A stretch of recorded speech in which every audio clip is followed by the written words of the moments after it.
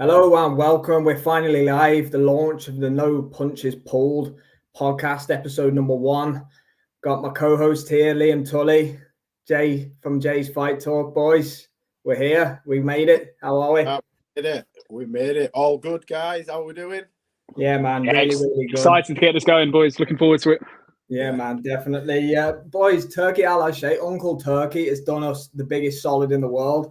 We're thinking, let's get some topics, let's get some debates underway. What can we talk about for our launch show? And then Uncle Turkey comes and pulls out the Beterbiev Bivol undercard last night at around about 11 o'clock. Turkey's a fan. Turkey knew it. Turkey's been following quite a few of the boys today. Shout out Jam and Joel from Boxing Media Hub. I saw they got a follow from Turkey today, boys. We've got work to do. I know. I'm hoping to get a follow myself, to be fair. He's making cards that it's like he wants to sit and watch them, like he's a proper boxing fan. He's just making fights that people want to see, and you see when he's at shows, there's none of this coming in 20 minutes before the main event. The man sat there from first bell to last bell. He's a proper he loves it. fan. And the cards he's there, he's putting together over the last 12, 18 months prove that he is a fan. He's not doing it for anything other than he wants to watch fights. 100%. Håkan Johansson, thank you very much for joining us. Håkan, appreciate that. We'd love to have you on. Håkan, so just give us the nudge at any point. Massive boxing fan. Håkan goes to shows everywhere. So yeah, big up Håkan. Yeah, travels the world indeed. Yeah, thank you, Håkan. Big up yourself. Before we get into the main talking point, which is obviously going to be the Beterbiev versus Bivol undercard reaction. This show is going to be interactive, guys. We want people to join us. We want people to have their say. We want guests. This is what we're here for. We're 3 hardcore boxing fans. We just want to air our thoughts. There's so many good boxing shows out there now. We want to partner up with people. We want to get involved. We'd love to go on other people's shows as well. This is just us airing our thoughts. And we'll get right back into it. Here he is, the legend. Big up Jam's Boxing Chat. Yes, what a legend. Subscribe. Yes, Jam. Subscribe to Jam's Boxing Chat for shorts. Boxing Media Hub for fantastic interviews, watch-alongs, prediction videos. One of the best boxing channels going. Jam's Boxing Chat, one of the realest guys out there. Big up the Cannonball as well, Liam Cameron, 100%. Yeah, I'm going to go out on a Jam's a Liam Cameron fan, yeah? Yeah. I think he's been on Boxing Media Hub. Thank you, Håkan. Yeah, thank you very much for joining us as well. We really appreciate that, Håkan. Thank you. Guys, we'll crack on with Turkey's big announcement from last night then. So he's announced the undercard. I interacted with Everything Boxing not too long ago about the odds on the fight. So big up, Jam. Thank you. So realistically, he's 2 50-50 fights on the card. Beterbiev Bivol. Yeah, we all know that's going to be a 50-50 fight. That's a fantastic fight for undisputed at 175 pounds. Wardley and Clark, the rematch is the other 50-50 really with the bookmakers. We'll work down from, obviously we'll do Beterbiev versus Bivol. We'll perhaps look at that at the end, but really the news is that the undercard that's dropped. So Shakur versus Joe Cordina, it's been hyped up for the last kind of week or so. That's been ramped up, hasn't it? It was Shakur versus Zepeda, wasn't it? That was the talk at one point, but now it's turned into Shakur versus Joe Cordina on the Riyadh season card. So what do you think? I'll go with you, Jason. What's your reaction to Shakur and Joe Cordina being announced? I hate saying this because I'm a massive fan of both. I'm a massive fan of Shakur. I sort of secondhand know him through a couple of other people, and I've followed him since the amateurs. And Joe Cordina, I've followed his career as a Brit. It feels to me the way that the fight's been. We don't know what's going on in the background, but it feels as though it's been hurriedly thrown together in sort of a 10-day period. It feels like Joe Cordina is possibly cannon fodder for the wider market for Shakur to get him into sort of the British fight fans. Maybe they've got plans for him further down the line. Doesn't seem like a fight. Nobody was calling for this fight prior to it being made. I'd never heard it mentioned. I'd never even contemplated the fight. I'd never thought about it up until this week when we've all discussed it. For me, it's not a fight I'd really want to see. I don't believe that it will be close. I would love to see Joe Cordina prove me wrong and it be a toe-to-toe war and may the best man win. But for me, coming off the back of a a pretty bad loss, to be fair. Not only did he get stopped, but he lost his world title as well when he was expected to win. Guys, a huge favourite. Anto Kakachi was massive underdog. Kakachi's an animal, and he showed that on the night. And I picked him, but only as a massive outsider in terms of a bet. I thought Cordina had actually outpointed him, and he battered Joe Cordina towards the end of that fight. Yeah. To put him in with Shakur Stevenson, albeit, you know, he's a world-class operator, amateur and professional. I don't think he's ready for a fight like this, and certainly not coming off. Is it his first career loss, Cordina, as well? Yeah, first career loss. First career loss. He's been stopped as well, and you're throwing him in with Shakur Stevenson. The guy's a fighter. He's not going to say no. He's going to take these opportunities. You know, this is what boxing's about. The stuff of fairy tales. He's getting paid a hell of a lot as well. That'll be probably a career high payday. Yeah, it's an uphill battle. But like you said, Sam, for a career high payday, we'd all do it. But as a boxing fan, I don't believe that I think it's like a 70-30 fight for me. Yeah, 100%. I'll just come to some comments quickly, Lee, and then we'll go to you on Shakur versus Cordina. So we got Jam. Joe should be better at 135. Looked drained versus Anto. Yeah, I agree, Jam. I think Cordina's time at 130 was way past. I actually think his performance in Monaco, I think it was his fight before that. I think he was done at 135 before that. Jam, definitely. Peter wants another fight first, so it's on William and his team and not Shaq. Yeah, most definitely. I agree with that as well, Jam. Yeah, so I don't know what Oscar De La Hoya was coming out with the negotiations there. I don't know what happened, but yeah, I guess if Zepeda, he's number one with like 3 or 4 of the organizations, I think, Zepeda. So he can probably have his pick of it. Hawkins, yeah, he's just reinforced what I said. To be fair, it's too soon coming off a devastating loss. I mean, I wouldn't fancy Joe's chances anyway against Shakur, and I'm not discrediting Joe, but Shakur is up there in terms of boxing ability. He's an elite boxer.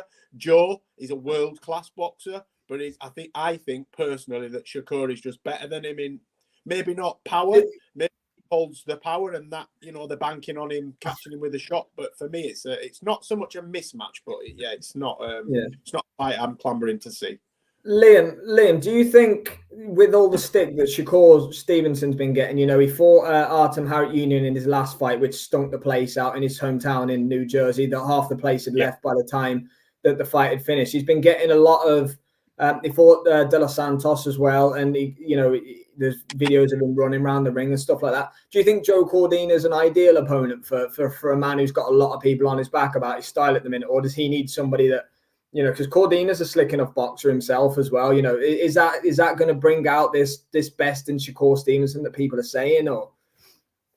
Joe is an ideal opponent for Shakur if Joe is not completely shot, become gun shy, or afraid of getting hit with punches after what Kakachi done to him back in May. For me, the Joe Cordina we saw, even in the Kakachi fight when he got beaten, if we see that Joe Cordina, then it's the right fight for Shakur to showcase his skills. And let's be honest, we haven't seen an announcement that he's signed with another promoter yet. So this is Shakur as a free agent to everyone going, right, I'm going to show you what I can do now. This is his showcase to the world. So he could be the right opponent for Shakur, absolutely. But just because Joe Cordina has the ability to be game and look to box and stand there with Shakur doesn't mean Shakur is going to engage with him. We've seen that if he wants to box on the back foot, win a round and then be on his bike around the ring for 12 rounds, he will do that. He doesn't seem to care about losing the crowds in his hometown. He doesn't seem to care that he lost his promotional rights with Top Rank. And as good as a boxer as he is, he for me will never break into the mainstream until he decides that he wants to become a more exciting fighter. We'll sit here and we'll get excited over Shakur Stevenson because he's an incredible talent. But that next step, that Floyd Mayweather step, as we're talking about an American fighter for him to make, he needs to be more exciting. It needs to be pretty boy Floyd, not money Floyd. How many times we had this debate about fighters?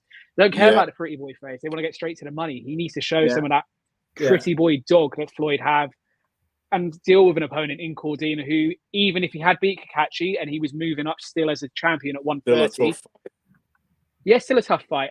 For me, the fact Shakur hasn't been announced to sign with Matchroom yet, and Matchroom have agreed to put in one of their prize assets, that was Eddie's #1 target after the 2016 Olympic Games. That's right. Has a few further questions for me. That asked me a few questions about Eddie and Joe's relationship as well. There's talk of a one-fight deal, I think, for Shakur, and they're talking it being a Tank fight. But Tank isn't going to whistle to Turki Al-Sheikh's tune. He's already shown that. Tank, he's not like Turki can offer him all the money in the world. Tank, Canelo, and Inoue, people like that, they're not running to Turkey. They're A-side fighters that are earning a hell of a lot of money doing what they're doing now. So he can't just do that with Tank. So I think that'll be interesting. But yeah, I agree with Jam as well there. I'm sure you guys too. Shakur, I think, outboxes Cordina.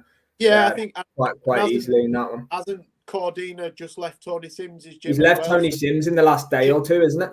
Change of camp, it's a whole new regimen, a new team stable. It just everything's stacked against Joe Cordina. Please believe me, I will be backing him for a stoppage win just in case, because I'll probably get about 50 to 60 to 1. But everything is stacked against him, innit?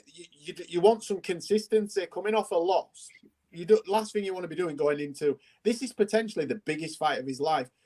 Not just because of it being Shakur, but he's coming off a defeat. He's just changed trainers. He's at a certain age where if this goes wrong for him, this could, I doubt it, but it could be his last fight in terms of, is he going to want to try climb that ladder again at 135 if he gets badly beaten by the champion?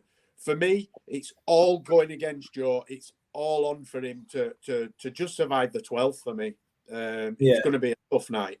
Yeah. It is. Yeah. And in terms of Saudi short as well, if you lose 2 fights in a row in front of Turkey, in front of the people of Saudi, I don't see him getting an invitation back if he does lose this fight as well. So he's fighting to stay relevant in these mega fights where all the money is as well, which is when winner stays on in Saudi. It's winner stays on. You don't be brought back too often if you lose, which Cordina has in fairness, but you don't lose 2 in a row. No, not at that level as well on such a big platform. The eyes of the world are on this. That's the thing with the Saudi cards, the Turk cards. Everybody's watching them because there's something for everybody on those cards. There's domestic level, there's British, there's Australasian, there's world champions, there's domestics. It's got something for everything, and there's a lot of pomp and ceremony around it. We'll probably get a 50-cent concert halfway through round 6. You know what I mean? It's got something for everybody. It's glitz and glamour, and the world's going to be watching. So the pressure on Joe Cordina is amplified. I don't know whether he embraces that, and that's something that gets him up, because leaving his trainer is a strange decision after the fight's been announced. That's like he's putting himself under unnecessary pressure. I don't know what's going through his head, obviously, but seems to be putting amping more pressure on himself, moving camp. For whatever reason he's left, it doesn't look, it's not a good look for me. It's like he's blaming Tony Sims. He's not said that, and I don't. How often do you see it when a fighter loses the O and the trainer goes straight away? I do admire a lot of boxers who stick with the team. And we spoke to Troy said it on Monday, didn't he? And Troy's coming off a couple, 2 or 3 losses, and he's stuck with the same coach. You win together, you lose together. That's what they say, don't they? But there are fighters that are quick to apportion blame to anybody but themselves. I'm not saying that's what Joe Cordina's done, but it isn't a good look for me to announce you're splitting from your trainer that's had you from, I think... Debut. He's had him all the way through. It's not a good look for me. It's like you're blaming him, whether he says that or not. A day or so after announcing one of the biggest fights of your life, to then announce that you're moving camp. Do we know where he's gone? No, I haven't seen anything yet. No, I'd fancy it being America. I think he'll go to America. So? Yeah, see him ending up with someone like Virgil Hunter. Yeah, it's not the worst shot in the world, definitely. But we'll Buatsi's with him, and they were teammates. They were teammates in Rio, Buatsi and Cordina. So Buatsi's over there. It's been successful. Wouldn't surprise me to see that link up happen. Good. Yeah, that's a good shout, Lynn. Potentially. We'll move on then from Cordina against Shakur. Paul Jam's comment up. I'm going to go to the Fabio Wardley-Fraser Clark fight. I'm not going to go in the order that Turkey announced it in, and probably the order on the night. For me, this is the next best fight on the card by a country mile. For me, I think one of the biggest talking points for me, lads, and I'm sure anyone who's with us will probably agree now. Get your thoughts in on Wardley Clark, like Jam. As Jam fancies Fabio for the stoppage this time. I think it's a bit. Yeah, I think it's a bit of a shame, boys, that it's not getting to headline in the O2 again, because that was for me what it probably was for me the fight of the year so far. There's been a few. There's been Fury Usyk, Lewis Crocker against Conor Walker was a cracking fight too. There's a few one I've missed there, but it was one of the fights of the year. It was an absolute war in the O2 that night. I understand why they're doing it in Saudi. They're going to be getting paid an absolute fortune for it. It's a good luck to both of them because they're going to have to go through the fire again. We know it's going to be another war. But yeah, what do you think about it, boys? Mate, echoing what you just said, firstly, I'm a local lad to Fabio, so the fact it's not in London or the fact he didn't get his homecoming at Portman Road, which has been Ipswich Football Club have agreed to now for the past 2 summers, just haven't been able to get it over the line. From a personal point of view, I'm gutted about. I would be one of the first people buying a ticket to see him, especially if he has a homecoming at Portman Road. But we understand the reason the fighters are going to Saudi.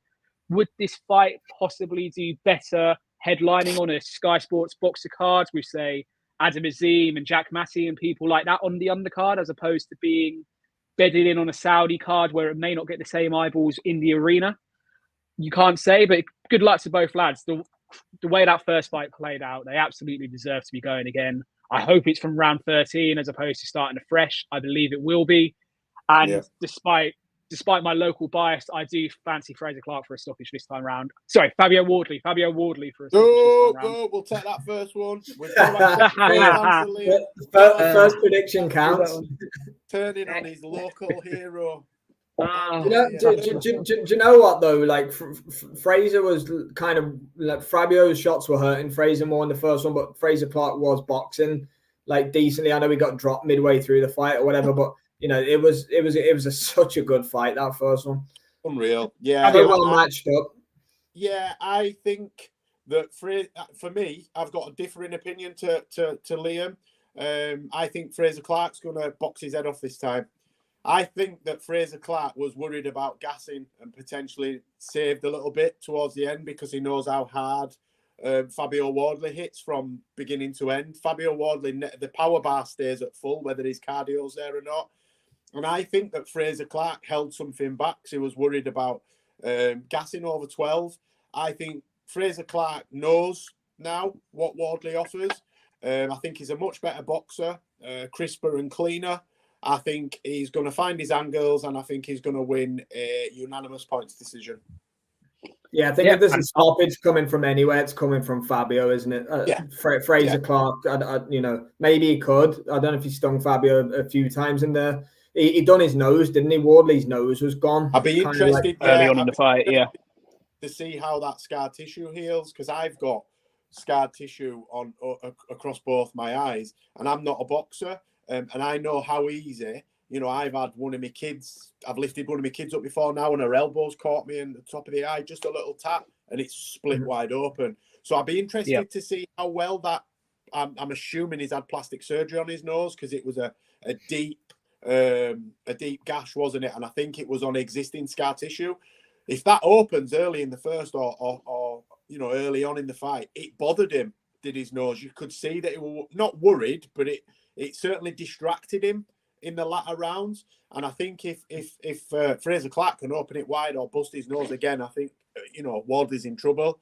But I agree with you, lads. I think the power comes from the Wardley side. And I think if we do see a stop, it will be Wardley stopping Clark. But I anticipate a war again. I do anticipate a war. Hawkan thinks the same as you, Jason.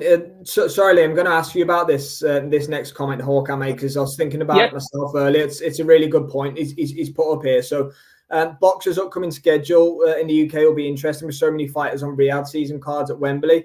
Hawkan, I was looking at this earlier on Twitter. I can't remember who tweeted it out, but it made complete sense. So somebody's saying about Sky Sports' potential to be pulling out of boxing. So all of boxers' main stars, like Hawkan said here, seem to be fighting on the Riyadh season card. Bacoli's with boxers just for, Eubank, Ben Whitaker, Fraser Clark. These are all boxer guys. And then when you look at the schedule on Boxer's website, if you go on it, somebody put it on X earlier. It says upcoming events to be scheduled or something like that. I don't think there's anything to come from Boxer's UK shows, and then everyone's saying Sky Sports teetering on pulling out of boxing or whatever it may be, which would be a great shame. But I don't know did you boys see anything about this earlier? No. I've seen the rumours. I've heard the rumours that Sky are potentially not looking at not renewing their contract with Boxer when it expires, but it doesn't expire until next year. So for people to be talking about it now is still too soon. Yeah. I think for me, yes, they've got a lot of their main prize assets fighting either at Wembley in a month's time or now out in Saudi a few weeks after that. But Chris Billam-Smith and Adam Azim, they're their other two prize assets. Yeah. One a world champion, one a superstar that they're looking to build. They haven't had fights announced yet. We know Azim has an injury, which is why the Harlem Eubank fight's been pushed back after it was announced. Talks are ongoing in the ring at the first Wardley-Clark fight. Billam-Smith fought in June. He didn't want to turn around quickly enough for October, which is why Opatira is fighting Jack Massey, another boxer fighter. So I would anticipate seeing him towards the end of the year. Yeah. I think, look, everyone wants to be on these Saudi cards. When Boxer and Ben weren't being put on these Saudi cards, the conversation were, oh, what's going on there? Why is Ben Shalom and his fighters missing out on these opportunities? Now his fighters are on the Saudi cards. All of a sudden, it's, oh, hold on, what's going to happen to their UK stable? What's going on? You can't please everyone, can you? I get it. I can't see Sky going anywhere for the next few years. They'd be silly because there's deals to be done with Turkey. There's big fights. There's plenty of fights. I know they haven't announced any, but that we don't know what Turk can just pull a show out of his backside on 6 weeks. He can. We've seen him do that. So what's the point? They've reckoning last year. Putting all your eggs in one basket, announcing loads of shows over here for Turkey to come up and just announce a massive show that eclipses it. Nobody watches yours, so you might as well hang fire. It's a bit risky. But I just believe that they're hanging fire and they're just going to start doing them. As you say, Azim's injured. We've got Chris Billam-Smith will make a defence towards the back end of the year. Lawrence Okoli will have a defence to make of his WBC Bridgerweight title. Yeah. So there's fighters out there. They've still got some figureheads of the organisation. I don't think Sky are going to pull out boxing. They've said that. They said that when Eddie left. When Eddie left and went. I know. It's been going on for a while now. Do you know what, Jason? I think Sky will be happy enough to just do their couple of pay-per-views. They'll have the Saudi pay-per-views and all. I couldn't see them pulling out completely. But yeah, we'll take it on to the next one now. Jam thinks Fabio's might just have Clark's number. I'm in that camp too. I'm not agreeing with Hawkan and Jason. I think Fabio might take him out this time as well. Hawkan's also said Boxers next show will probably be the first weekend of October. Yeah, they'll probably go the weekend before Beterbiev Bivol. Yeah, they'll probably the 5th of October, I think it is. I think there's a gap. There's a gap for that one there. But the fight I want to move on to next, guys, is an interesting one from a boxer point of view, because I am surprised that this guy is on this card. I'll be completely honest with you. Hawkan wrote in about it earlier. He said Liam Cameron's one of my favourites too. I've been to 3 fights of his GBM Sports in Sheffield. There we go. Hawkan supporting boxing at all levels. That's why he's a legend. On you, Hawkan. Liam is so I know Liam personally. Liam was under the same promoter as my younger brother. What people don't know about Liam is Liam was a highly touted amateur, international amateur. He turned over, I think, just after winning the ABAs. There was a lot of noise about the Cannonball when he first turned over. For me, he's a natural super middleweight, and obviously we know the out of the ring problems that he has had. Not just the disgusting ban that he got, over the top ban, I think, because it wasn't a performance. It wasn't ridiculous. Enhancing, and he got 5-6 times longer ban than people that have used performance enhancing. I know that he had some personal tragedy as well, so he's had a lot to get over. The fact that he's come back to this level in itself is an achievement. Credit to him, massive credit to him, because he's not a natural light heavyweight. You can see that he's a decent sized kid, but he's a super middleweight. Super middleweight is Liam's division for me. I've seen every single fight he's ever had. I've been at a lot of them, and I know him. And he's a boxing guy. Without boxing, Liam's not got a lot. He's a proper boxing man. He gave a good account of himself against Lyndon Arthur on not that much. Yeah, performed really well actually. That was a good fight on Channel 5. It was fairly close, wasn't it? Up until it wasn't. Towards the back end of that fight. Some people could have maybe given Liam it. I didn't myself. I thought Lyndon won it by. Lyndon won it, yeah, but it was a good fight. But it was a good story, wasn't it? The guy's coming off a long layoff. I think he had a couple of tick over fights, maybe. Not nothing of any great shakes. This, though, is a fantastic, massive opportunity. And Liam, I know, will do the work that's necessary to put up the best fight possible against Ben Whittaker. He's up against it. We all know that. But Ben Whittaker has shown that if you put it on him and don't give him room to do the alley shuffle and do all the messing about, I'm not going to say he's not as good as we think he is, but he's not shown that he's got all the tricks to get out of some tricky situations. And I believe that Liam could put him in some tricky spots. Yeah, I agree with you, Jam. There's around about a couple of rounds. I had it to Lyndon Arthur in that fight too. How do we think Ben Whittaker is going to be received in Saudi Arabia with his showboating antics? And do you think we probably will see that when it's Ben Whittaker? He's always doing that. Yeah. How do you think he'll go down in a quiet arena with no atmosphere? And I didn't like Ben Whittaker because I'm old school. I don't like it when they do too much. I don't mind a little bit of a shuffle and a bit of showboating, but he takes it to that next level. And I get he's doing it for the YouTube generation as such, because he's got a massive social media following. He likes his rapping and whatnot. I'm too old to listen to that type of music, but I met him, so I randomly bumped into him in a petrol station, in a service station. I was in Birmingham, and he's from that sort of area in Midlands, and. The guy that I was with, a colleague of mine, he sort of recognized him but didn't know where from. He said, I recognize that guy. And I looked. I thought, that's Ben Whittaker. So I thought, I'm going to ask it. I'll just ask him for a photo. So I went up to him. I said, oh, Ben, can I have a picture? And I was expecting him to be a bit of an arse, if I'm honest, because of the perception I have of him. I swear, I couldn't have been any more wrong.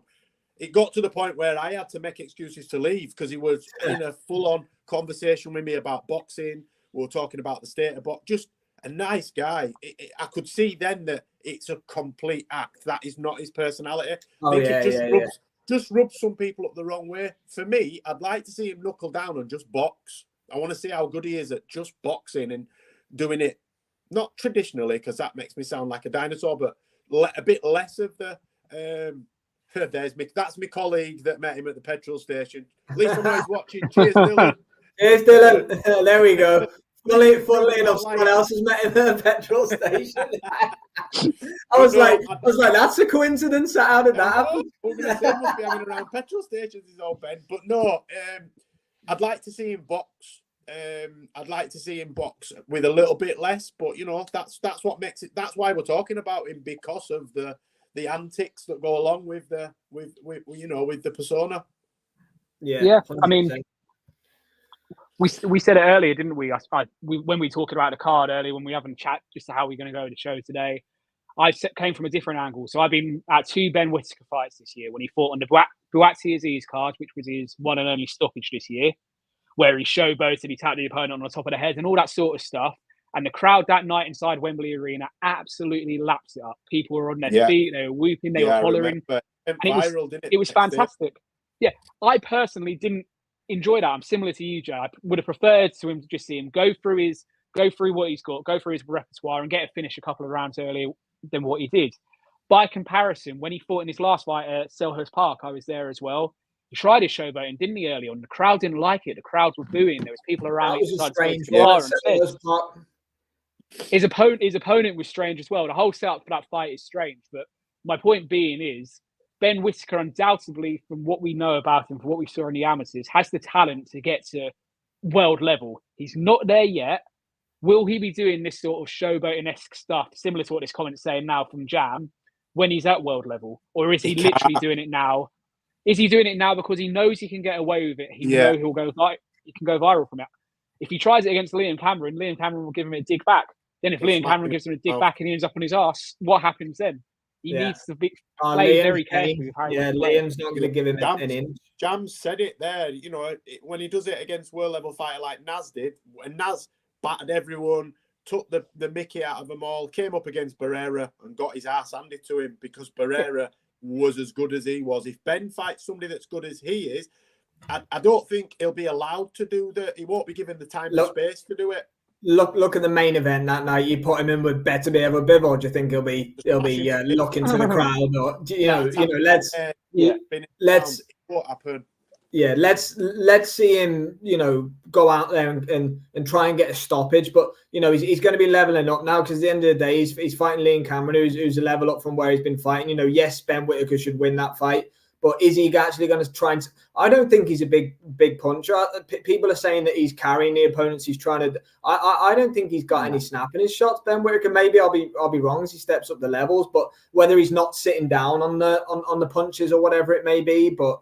He's not knocking people out, and at the end of the day, like Jam's got here and what he says, Prince Naseem Hamed, he earned his name by the showboating because he's knocking people's spark out. People out. Yeah, so Ben Whittaker's getting the glitz and glam on the entrances. He had the big entrance at Selhurst Park and whatever it may be. Naz was doing the same thing. However, Naz was stopping people in a few rounds, and that captivates the audience. What doesn't captivate the audience is when half of them have switched off after 4 rounds at Selhurst Park because they already know the script before the fight's over. That's my opinion on it. I want to see Ben Whittaker actually put his foot down and go for stoppages. That's how he's going to captivate the audience, because he was loved. Everyone loved him. His pro debut, come off the Olympic medal. He had the name. He's showboats. He's quick. He's flashy. He can talk. He's good looking. He's got the whole thing going for him. Then as it's gradually gone on, he's now he's in a position where people are, not rooting against him, but he definitely doesn't have the fandom that he had when he was turning over and in his first few fights. He's going to have to do something to change the perception of the fans, because people do speak about him, how you've just spoke there, Sam. He's not got the power. We don't believe he's all that. He's all good doing it against journeymen. Liam's not a journeyman.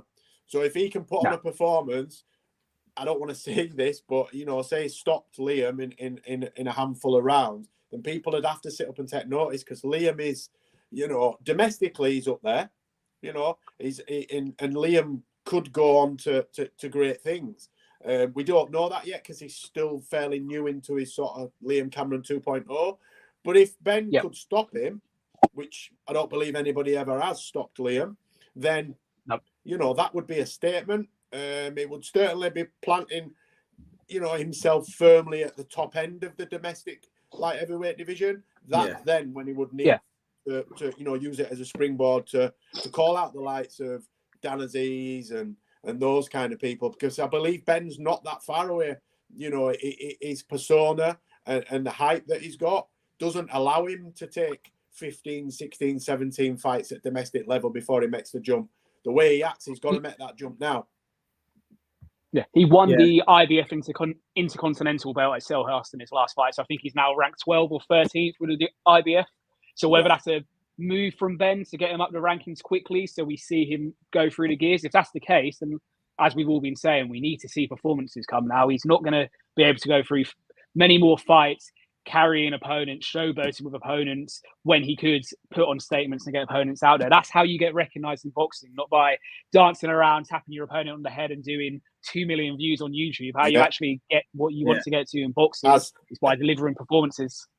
As Sam said, we all remember Prince Naseem, not just for his showboating. He did that as well as knocking people out at featherweight. Do you know what I mean? But it was blasting people out from British level right through to world champions. He knocked people out. Very rarely went to points, and did all the showboating alongside stopping people. Ben Whittaker, but he backs it up. People are just getting bored of it. They don't want to see the dancing and it grates on you after a while. I'm not a fan of it anyway, but I'd like to see him. I'm interested to see what kind of performance we get out of him, because he's in a fight. He's in a fight. We'll see what level is that, won't we? Big up, Jack, Absolute Boxing, for joining us, Jack. Subscribe to Absolute Boxing as well. Very good up and coming YouTube channel. So thanks for tuning in, Jack. Not convinced at all with Ben. He sat on his shots in the fight. Yeah, against Aaron Yecker at Selhurst Park, he sat on his shots and he could have got rid of him probably with like 30 seconds to go again, but decided not to. So yeah, it'd be interesting. Liam's going to be a tough fight for him, most definitely.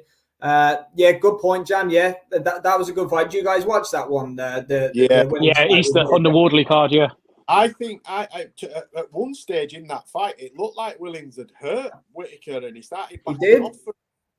Did I get that right? From memory, I'm pretty sure it looked like he'd hurt Whittaker. He had a right in the 4th or 5th round. Whittaker was hurt, definitely. Took a shot, took a backward step, and then didn't engage for the rest of the round. He was definitely hurt. Yeah, he didn't want to engage for a bit, did he? So, and Willings, no disrespect to him, Whittaker was, he was brought in there as an opponent.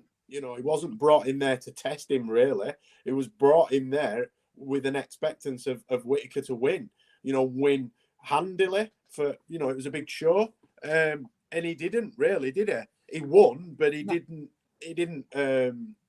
win fantastically well. And it's not a fight we were all talking about. I don't think I've spoke about it until we've just mentioned it now. I expect a lot more from him in Saudi Arabia. I really do. Yeah, this is the place to deliver, because like we said with other fighters, if you don't deliver on a Saudi card, if you don't deliver when Turkey gives you the platform, you're quickly forgotten about. You're quickly not invited back. And Ben's ego, as much as anything else, wants to be a part of these cards.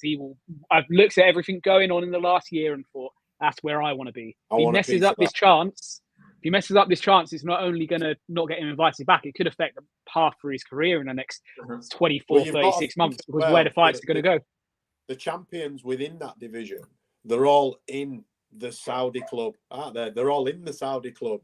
If you get, if you're not well, I wouldn't say he wouldn't be welcome within the Saudi club, but it becomes a lot more difficult if Turkey don't want to watch you because you've had a couple of lackluster performances. It makes those fights harder, because the fans are not going to be clambering to watch Ben Whittaker, and if the promoter or the he's not a promoter really, Turkey, he's just the money man. If the financier doesn't want to see you, then you're not getting a fight, are you? So there's a lot on the line for Ben. It's not just a fight. There's a lot riding on this fight for him. A lot more than people think. Yeah. Jack saying there, that statement Whittaker come out with, saying he let Willings get shots off to prove he had a chin. Yeah, that's a classic Ben Whittaker statement. We'll move on from Ben Whittaker now. Well, guys, I think we covered that one for a while. Let's go to Mr. Chris Eubank Jr. Let's go back to Let's go over this one, Junior, because hang on, Jack's got something. Well, she should call sit down on shots. Well, you never know. Do you know what? Turkey will be in his ear, Jack, saying he needs to sit down on shots more. He'll be saying you need to be entertaining. You need to do something in this fight for sure. I've no doubt that Turkey will he listen?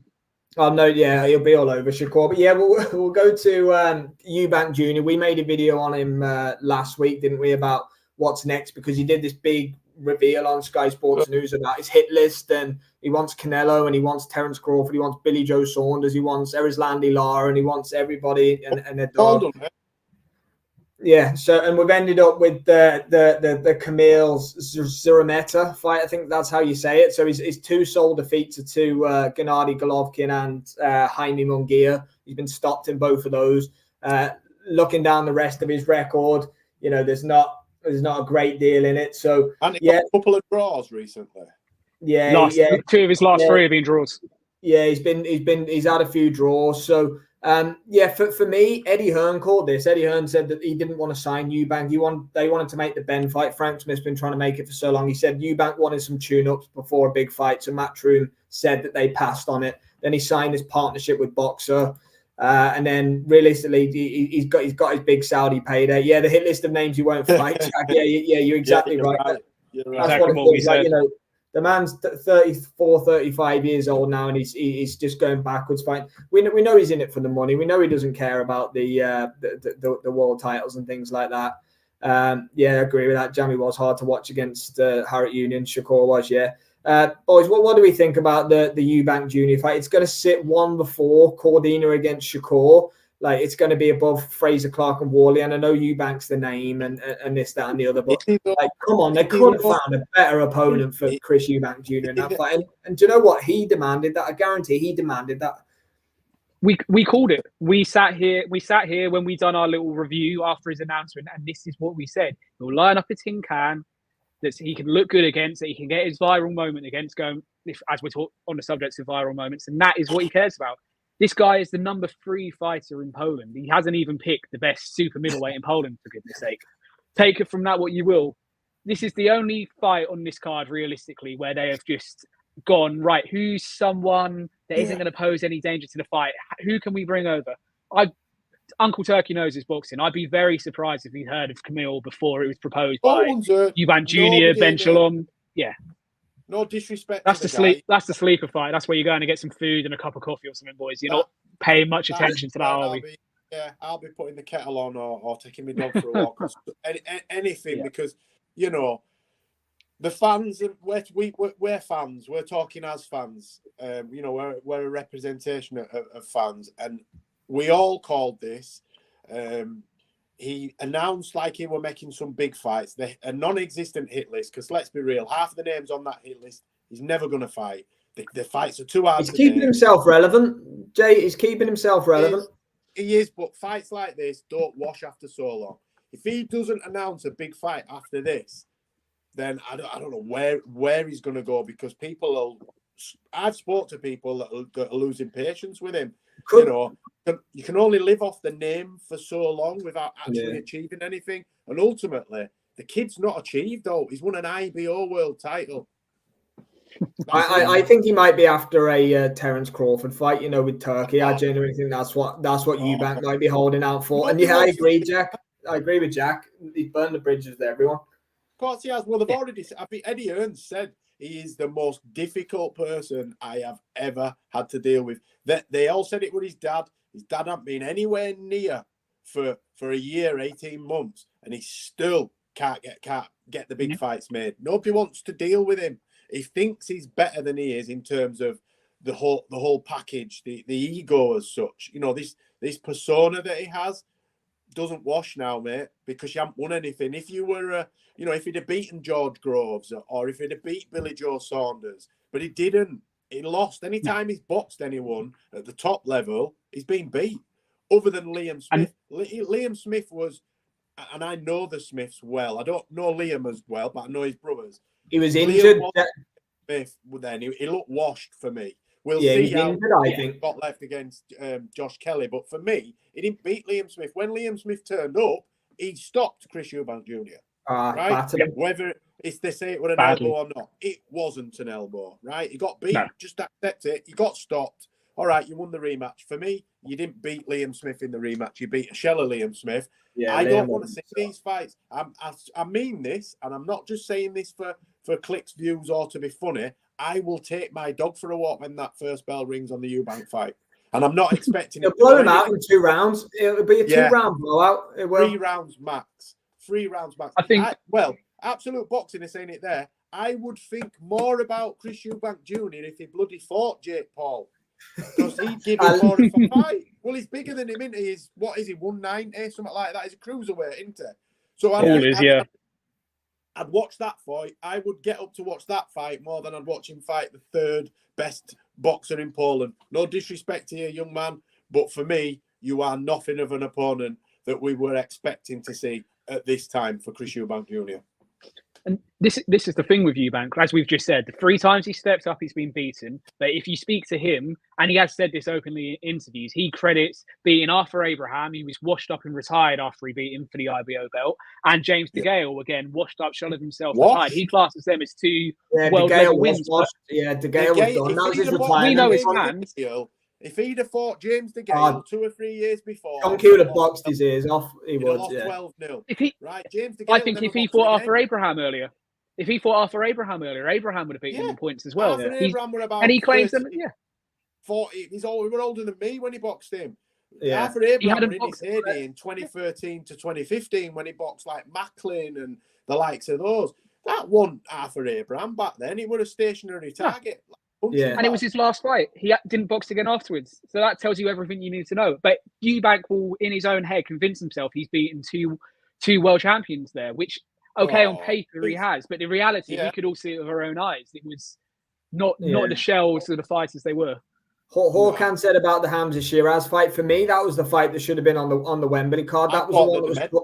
that was the one that was being talked about, and for me, that I believe that Turkey and all the organising of Riyadh season, Spencer Brown and everybody like that, I think that they were going to get that over the line, and then last minute, because Tyler Denny had fought Felix Cash 2, 3, 4 days before the launch press conference. That was a last minute rush. Yeah, that was done in like a day or two. Denny against Hamza Shiraz. That was a panic job. So did Eubank lost his pen again? Eubank lost his pen again. That's all that happened there. He could have had a real opponent and a real test, and his pen goes missing. The same as Golovkin. Time and time again. Yeah, Liam Smith was falling apart in that last fight too much. Yeah, Smith wasn't on it that night. Jack, no way. There was something definitely up. On paper, Jake Paul is an absolute killer. You look at the ages and records of being back to reality. Yeah, good shout. Yeah, he's fighting washed up UFC I'm fighters. not saying Jake Paul's good, by the way, absolute boxing. I'm just saying I would have preferred to probably see him fight Jake Paul than the third best super middleweight in Poland. Well, yeah. Can we move on from this? Yeah, please, please. We'll go to Jai Opetaia, guys. Next, Jai Opetaia is fighting Jack Massey after he beat Isaac Chamberlain, didn't he? For the Europe. Was that on the Billum Smith Riyadh Paul? Yeah, that stole the card for me. That was the fight of the night. That was the performance of Massey there.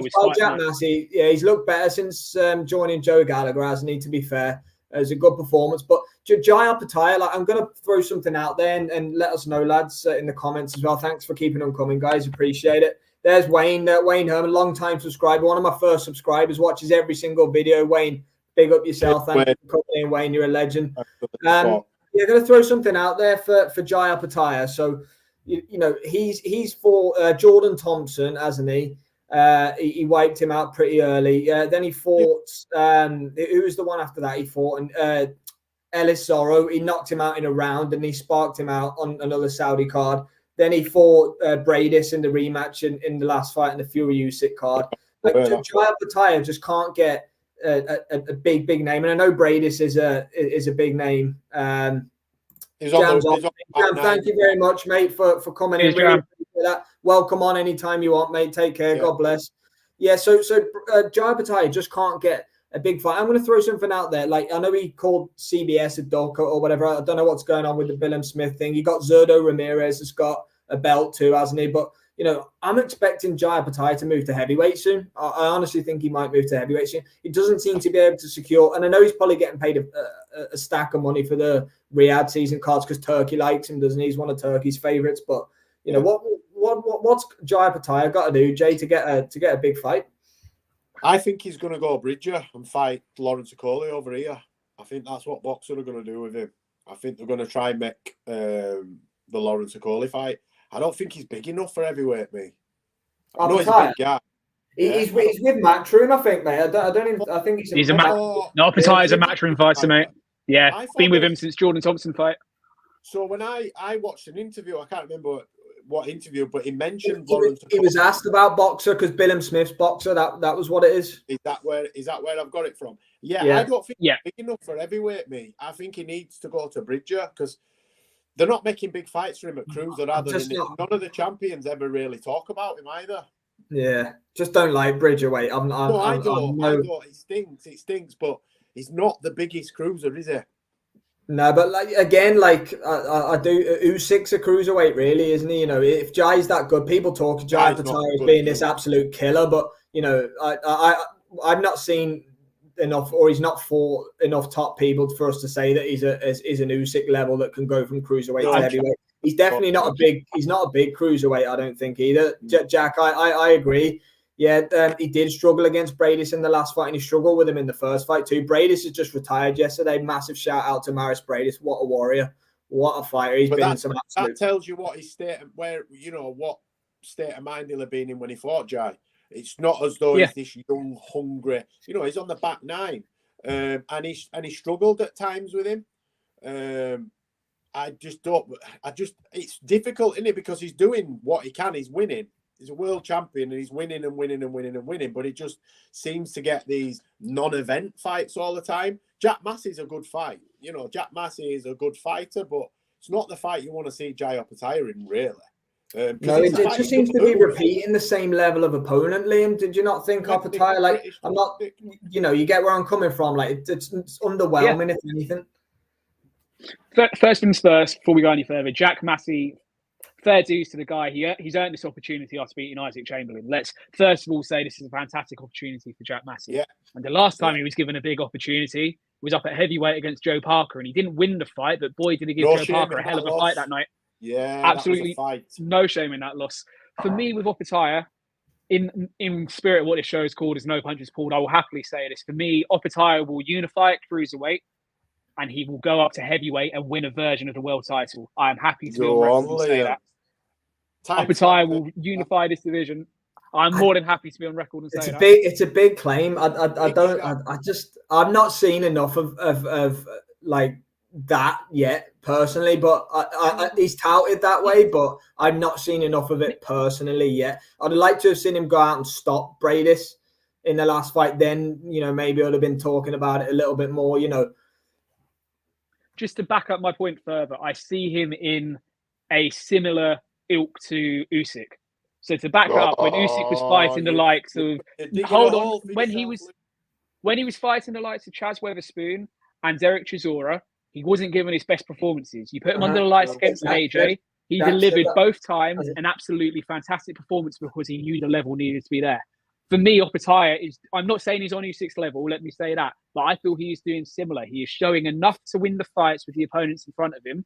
And when he needs to go up the gears to make a statement, to unify the divisions, he will do that as well. Yeah, I mean, I can't knock your logic. I just don't believe. I can't say that he couldn't win and unify the cruiserweight division. And I mean, if the titles become fragmented and there's a random, he could get a fight for a vacant belt against. I mean, he could beat somebody along the lines of Parker or that kind of similar size. But as you and Sam have said, Usyk's not a big guy, is he? Really at heavyweight, no. And he's just beat one of the biggest and most talented heavyweights of a generation. So it's possible. I've just not seen anything that would make me believe that at this point. Yeah, which is fair enough, and I agree. He has maybe not necessarily shown it yet, but I just believe he is showing similar progressions of when he needs to turn it on and really make a big statement, he's going to do it. Yeah, because when Usyk boxed Chisora, people were saying he were crap. Oh, he's rubbish, and he struggled. And no, he's a clever guy. He did what he had to do to get through that fight to test himself. Now, I believe he was testing himself, unlike Ben Whittaker saying it, we were letting Willings hit him to show he had a chin. I think Usyk was testing a few things in that fight, and also Derek hits really hard. I think he wanted to sort of get a feel for it. So yeah, I do. It could happen. Usyk's last two fights. Yeah, Usyk's last two fights, Dubois and Fury. Look at the difference in performances. Yeah, he stayed at a level where he knew he could do enough to beat Dubois, and then went to the highest level he could. He's one of those fighters that seems to be able to download the data and do. Yeah, exactly. Fights to the level of his opponent. Opetaia's not getting miles on the Opetaia's not getting miles on the clock either with what he's doing. So there's going to be stuff left in his legs over the next 18, 24 months for him to go through the gears and do it, despite the age, despite the fact I think he's 31 now. Yeah, exactly. Wayne's kind of echoed what we said there. Jai's a good fighter, but there's levels we need to see if he can go up them elite levels. Yeah, I'm with you, Wayne. Need to see a little bit more from Jai Opetaia from my end too, but it's about the opposition in front of him. We'll move on to the next fight shortly. We've got 9 with us so far, guys. 9 watching it live. Really appreciate that. That's great for our launch show tonight. So appreciate that, every single one here. Absolute boxing. Bradis was out the ring tears in between fights with Opetaia, calling out Jake Paul. He was calling out Jake Paul. I remember that, Jack. When he did got a Mario tattoo, didn't he? Best cruiserweight. Yeah, it was like it was meant to be cannon fodder to Opetaia in the rematch. Opetaia was meant to run through him, like a hot knife through butter, and it didn't happen. Bradis hurt Opetaia towards the end of the fight and really started to put it on him after Opetaia started really well. So yeah, again, good luck to Jack Massey. Hope he can do something in that fight. I'm fully expecting Opetaia to probably win that one by stoppage, but we'll go to an interesting subject now, guys. Still going strong here, so we'll carry it going. We've got the Omen Raven Chapman, who's going to be challenging Sky Nicholson for WBC honors. So, but the big story behind it is there's a female fight on the Saudi Arabia card for the first time. Yeah. Turkey's sort of veered away from heavyweights to lower weights now with the likes of Shakur, but now he's come full circle and he's got females on the card, which is good to see. Yeah, it's about time. That's all I'm going to say. It's about time. I think there's enough good world level females out there for them to be getting the recognition on these cards. So it's about time for me. Yeah, I'm pleased to see it. It's a long time coming, and it's a decent fight as well. We've got 2 evenly matched Both undefeated. The Omen Raven Chapman's good fighter. Very good, very, very good. And we know Sky Nicholson, can box. Sky's a really nice boxer. You can sort of type in the 10-0 before the fight started is my only thing. But I know that, maybe the ladies don't have as much power sometimes. But I would love to see Sky try and, step on the gas a little bit sometimes.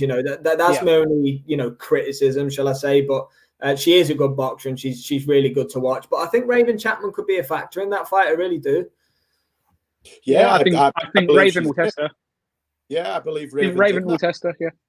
Yeah, I think it's I'm sort of 60-40 in favour of Sky, but I wouldn't. Yeah, I think. Yeah, I'd agree with that. Let us know what you think about this one, guys. I think Raven. Yeah, Hawkins just wrote in there. Yeah, Sky liked my tweet last night. I'll have to shoot my shot. That was absolute boxing. Yeah, go on, Jack. Get in there. Go on, yeah. Good to see Sky and Raven on Riyadh season. Hawkins couldn't agree more. It's about time we started seeing some top quality female fights. Some female cards out there eventually. It might be testing the reception, Yeah, that'd be a huge step to get more female representation on the cards, wouldn't it? Yeah, I want to see Sky and Amanda Serrano. That's the fight after she's fighting Taylor, I know, and Serrano's obviously got this fight. But next year, if Amanda beats Katie, let's get back down to featherweight and then fight Sky Nicholson. That's a good fight, and that's the only fight for me that's a test for Sky Nicholson outside of this one. Raven, I think, will give her a good fight, but I want to see that Serrano fight most definitely. Yeah, that's. I think for me, this is a 7-3 or an 8-2 for Sky on points. I think Raven will have her moments, but Sky's boxing will be the crisper work at the end of the day. The fact it's over 10-2s as well. I know it's an age-old debate. The fact it's only 2-minute rounds probably will deny us the stoppage, even if Sky is able to get into a rhythm. I think you just lose that period of time where it seems to happen in men's fights. And like we said, I think you could walk in the room at round 1 and come out at round 10 and stitch it in for Sky. You don't probably need to be in front of that fight to know the way it will go. Yeah, definitely. Hawkins got the UD for Sky Nicholson. I'd predict that myself, to be fair, as well, Hawkins. We got Jam's boxing chats back. I'm back, guys. Too good to this. Big up, Jam. He's back. Fancy Raven for the upset here, to be honest. Let's go, Miss Chapman. Big up His Excellency for finally getting ladies on Riyadh season. Couldn't have said it better myself, Jam. It'd be lovely to see the Omen get the victory here. Be rooting for Raven Chapman big time in that one. Obviously, we've got to go with the Brit for sure. But I think that fight, and we've just covered it there, Jam, I think it's a lot closer than people are giving credit for. Sky's a talent. She's very good. Absolutely. But I think the Omen could be a factor in that one for sure. Yeah. Definitely one of my favourite fighters, Sky. Yeah, definitely. Jack, the Serrano fight is the fight to make for absolute certain. We'll be interested to see Sky. She's too slick for the up. Yeah, I agree. Yeah, she needs to. We haven't really seen her cracked on the whiskers, I would say, for Sky. But yeah, should be interesting. Should be a good fight. Hawkins said he doesn't think that Amanda will fight Sky. I see what you mean, Hawkins. As Sky Nicholson got the profile that Amanda's probably at the tail end of a career now, where she's probably only looking for those Katie Taylor type paydays. She's got Jake Paul's backing, doesn't she? So she's kind of getting the big paydays on those Jake Paul undercards. It's going to be on the Mike Tyson, Jake Paul Netflix card, isn't it? So Lord only knows how much Amanda Serrano is going to be making for that. Is she going to go and fight Sky Nicholson back at featherweight for a 5th or a 10th or whatever it may be of the purse that she's getting for Katie Taylor? I would suggest not. But what do you think, guys? I think the other factor to take into account here, the reason Sky has the WBC belt is Serrano vacated it when the WBC refused to acknowledge 12 frees. They refused to acknowledge 12 frees for female fights. So Amanda went, right, okay, I'm going to drop that belt, and then she's defended the other 3 twice up at 12 frees. So that's how Sky's ended up in the position of having the belt, because Serrano decided to dismiss it. Uh-huh. We need to caveat this conversation with that. So another issue with the fight could be Serrano went 12 frees. Sky will say, well, I'm at 10-2s. You can see how that conversation could play out. We've seen it in female fights before. Yeah, there we go. But yeah, I do agree Serrano is the fight for Sky. But if Serrano beats Katie Taylor, I see her retiring. If Serrano beats Katie, I think she'll retire. Yeah. I could see that myself too. Yeah, does she really need Sky Nicholson at this point? No, Sky will probably have to keep chasing, I think, unfortunately. But yeah, Jam, with you, the Omens tour, yes, you definitely can get to Sky for sure. For me, yeah, we got to back the Brits 100%. We got Jack. She impressed me on the Joyce Chisora card, Raven. She impressed me. Yeah. Raven Chapman's a solid fight. If you haven't watched any of the fights, definitely do. Jack said definitely not a man who's opportunities to fight. Sky never says a word. Agree with that. Hawkan, she's vacated the IBF featherweight. Yeah, there you go. I don't think she's got any interest at all fighting. I don't believe Sky. No disrespect, she's not a big enough name for her to want to take a risk of the loss. Yes, on paper she's got the loss to Katie Taylor. She's rematching and she might get that back. But I believe it's a risk for very, very little reward. I agree with Sam. I think she's half out the door. She's getting some ridiculous paydays. I don't even know what the numbers are, but if Jake Paul and the YouTube crew are involved, it's going to be a lot of money, isn't it?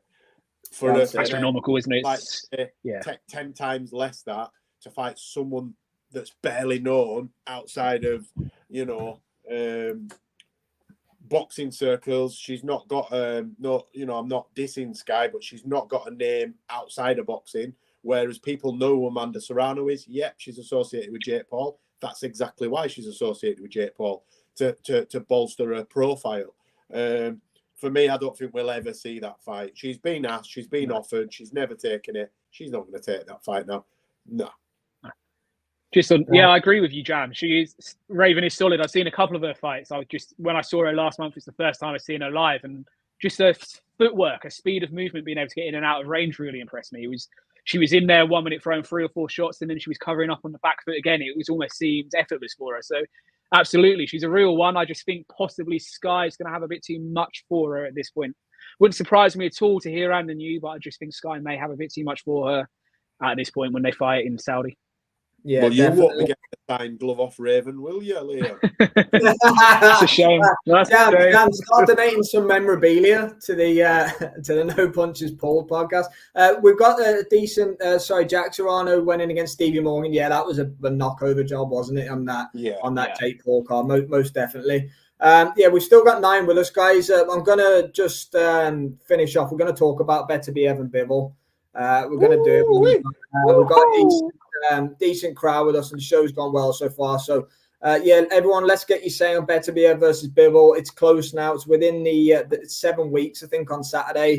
I personally cannot wait for it. It looked like Beterbiev was going to be struggling with his meniscus. I think it was injury, but I think we're getting closer now.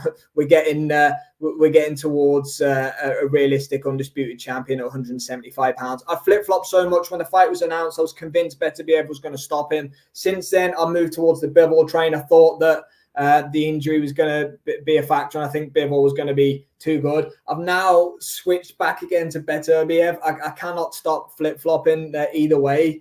Shared it on XP, lads. Thanks, Absolute Boxing. Jason, Liam, give me some talk about the fight of the year, Beterbiev Bivol. So as always, I'll bet draw. I always do. I have to. I'll have to have a little cheeky bet on draw, 20-1 or whatever. I'll probably get 18s, 20s. I've been steadfast from the minute the fight was announced. I said it's not going to happen. We got an injury delay. I'm still. Me and Liam I think us three were speaking about it last night on X. Yep. I'm still very, very apprehensive to get excited about the fight because I've got a funny feeling that something's going to happen, a cut in sparring or a reoccurrence of the meniscus.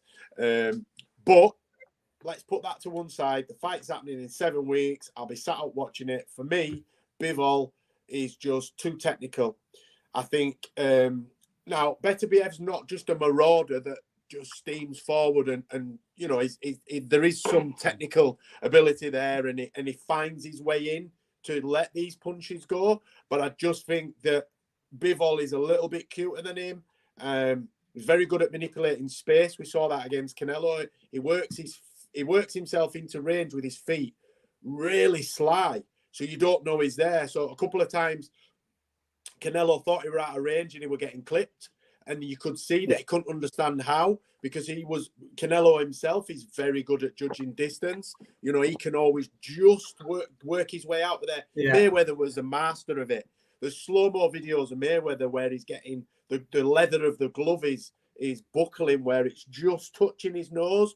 but only just touching it. He's just moved away enough. I think. Yeah, there's that video of the Marquez fight, the Juan Manuel Marquez, where he overreaches slightly and Floyd just punished. Yeah, exactly. They're the best in the world. The guys who judge the distance, 1,000,000%. And I think Bivol's judgment of distance is going to be a massive factor in that fight. I just don't think he's going to be there long enough.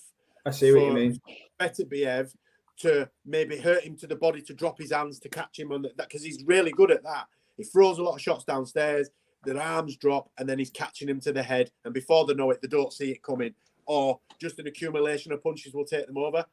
Bivol's defense as well has got to be talked about. He very rarely gets caught clean. Very, very rarely.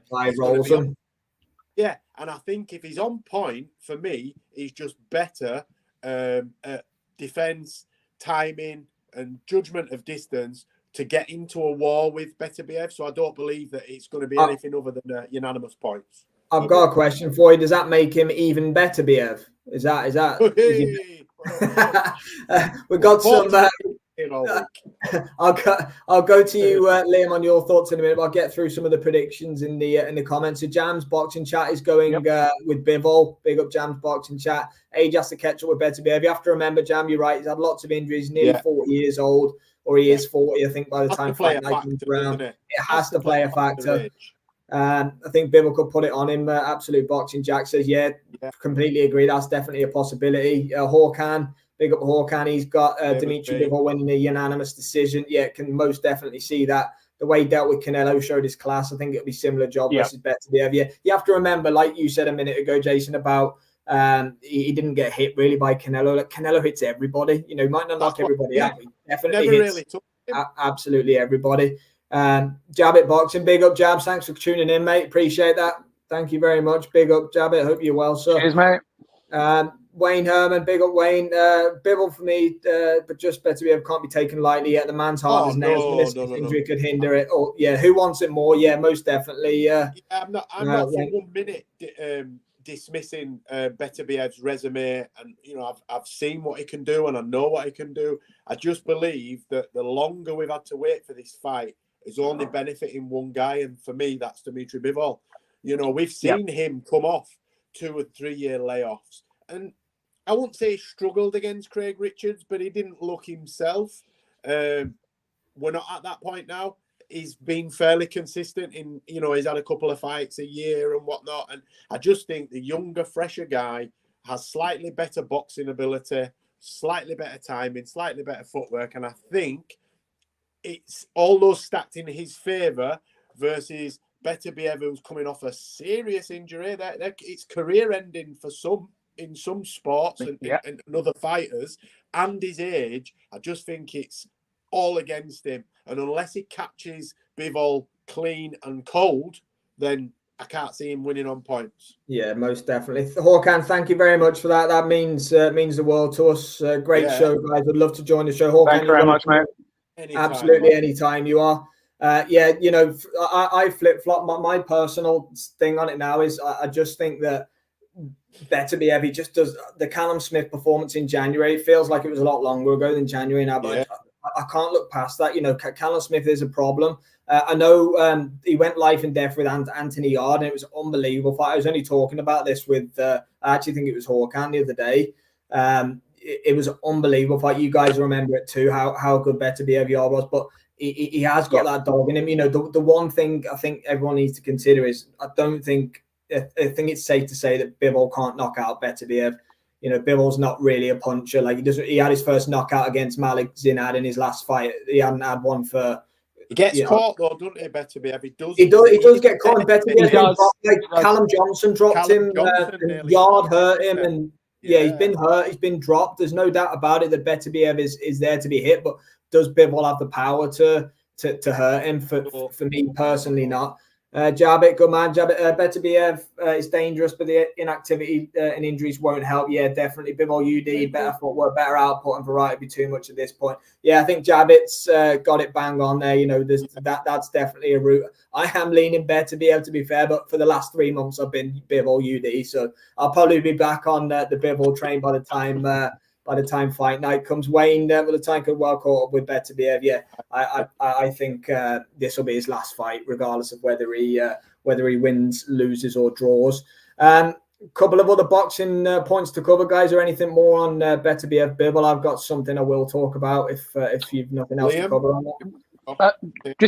Just for me on this fight, everything everyone said in the comments with you boys, 100% out on the side of this injury isn't an easy one to recover of in a young person, let alone someone with Beterbiev's injury profile and age. So if we get to fight night, I will caveat in the same way Jay did. If we get to fight night, I believe Bivol will be able to beat him on a unanimous decision. Too quick, too slick, be able to get in and out of range, and he'll confuse Beterbiev more than anything else. He will bamboozle and confuse Beterbiev. And as Beterbiev becomes frustrated and looks for the lockout finish later on in the fight, when he's chasing the fight, that's when Bivol could himself stop Beterbiev. If Beterbiev's body is going to fail him and let him down as well, he knows it's his last fight, he's going to become more reckless and wild. And that's for me where Bivol could pick his shots off and get a stoppage. I do think Bivol by unanimous decision, but if there's a stoppage in the last 3 rounds of the fight, it wouldn't surprise me either in Bivol's favour. Yeah, like that. 100%. So we've still got 10 of you on with us, guys, so really appreciate that. We'll keep the chat going for just a little bit longer. We won't be too much longer because we have been on a while, but it is our launch show, so we're going to go all out for this one most definitely. But remember to catch us every Wednesday going forward. It'll either be around 7 p.m, 7:30 p.m. No punches pulled is what you're looking for, but it'll be on the SW Fight Hub YouTube channel. Don't forget to follow Liam Tully as well on Twitter, and don't forget to subscribe to Jay's Fight Talk and at Jay's Fight Talk on X as well. 2 legends for joining me, guys. Zhang and Bacola. We had Billy Nelson interviewed on this channel last night. If you haven't checked it out, do so now, because Billy revealed quite a lot to myself and Liam last night. It was great, and Billy's always good value. Turkey this morning's come out and said that, and me and Liam spoke about it. We had a bit of a chat on the stream after Billy went off last night too. Billy almost, for me, said last night to me and Liam that Bacola and Zhang's happening. Like the rematch clause is there for everything. He said everything but the fight is announced. So it's going to happen in China or it's going to happen in Africa. Zhang Bacola, what a fight that's going to be. Sign me up. Can't wait. I mean, Zhang, you know, I know he's Chinese, but I feel like he's sort of a fostered British boxer now, because he's fought some of our guys. He's well received over here as well. The fans like him. He's a fan favourite.